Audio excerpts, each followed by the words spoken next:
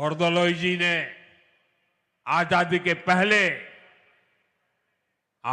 पहले तो आसाम को बचा लिया था, लेकिन उनके बाद कांग्रेस ने फिर से असम विरोधी और देश विरोधी काम शुरू कर दिए।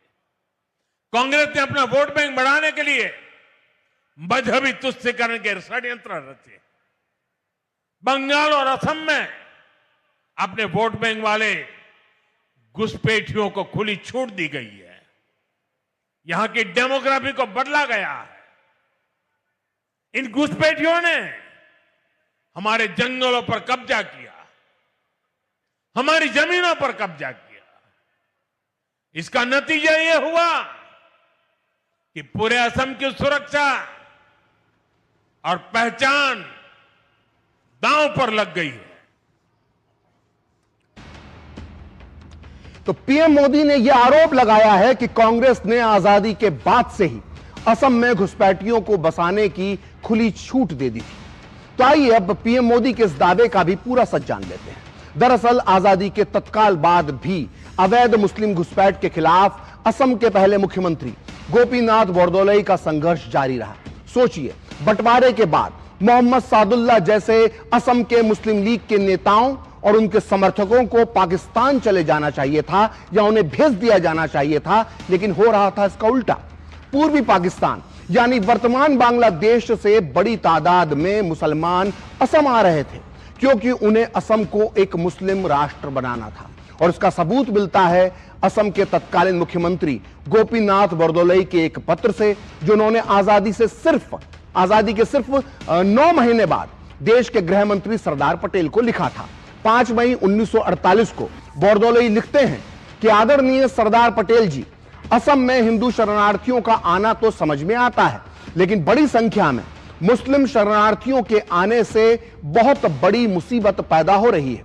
हमें यह ध्यान में रखना होगा कि विभाजन के पहले पाकिस्तान की असम में रुचि थी। हम इस नतीजे पर पहुंचे हैं कि यदि असम को भारत का अंग बनाए रखना है तो मुस्लिम घुसपैठ को रोकने के लिए हमें बल प्रयोग की अनुमति दी जाए। ये गोपीनाथ बोरदोलोई ने सरदार पटेल को पत्र लिखा था 1948 में। तो असम के पहले मुख्यमंत्री गोपीनाथ बोरदोलोई के इस पत्र से साफ हो जाता है कि आजादी के कुछ दिनों बाद ही पूर्वी पाकिस्तान यानी वर्तमान बांग्लादेश से मुस्लिम घुसपैठिए असम में दाखिल होने लगे थे। 1950 तक आते आते असम में मुस्लिम घुसपैठियों की संख्या बहुत तेजी से बढ़ने लगी। इसे देखकर सरदार पटेल बहुत चिंतित थे। इस बारे में उन्होंने अपनी मृत्यु से ठीक 2.5 महीने पहले प्रधानमंत्री नेहरू को एक पत्र लिखा, लेकिन जवाहरलाल नेहरू ने इस समस्या को टालने के लिए एक अलग ही मोड़ दे दिया। सरदार पटेल के पत्र के जवाब में नेहरू ने 1 अक्टूबर 1950 को क्या लिखा था, उसे आपको बहुत ध्यान से देखना और सुनना चाहिए।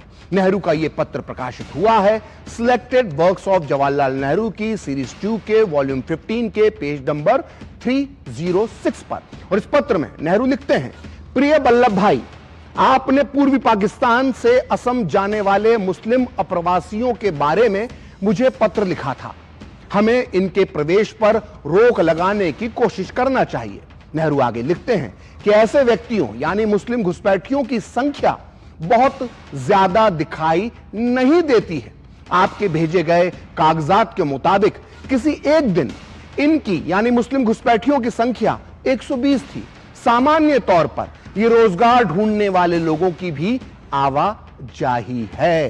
तो सुना आपने, प्रधानमंत्री जवाहरलाल नेहरू का कहना था कि असम में रोज सिर्फ 120 मुस्लिम घुसपैठिए तो दाखिल होते हैं, वो भी रोजगार की तलाश में।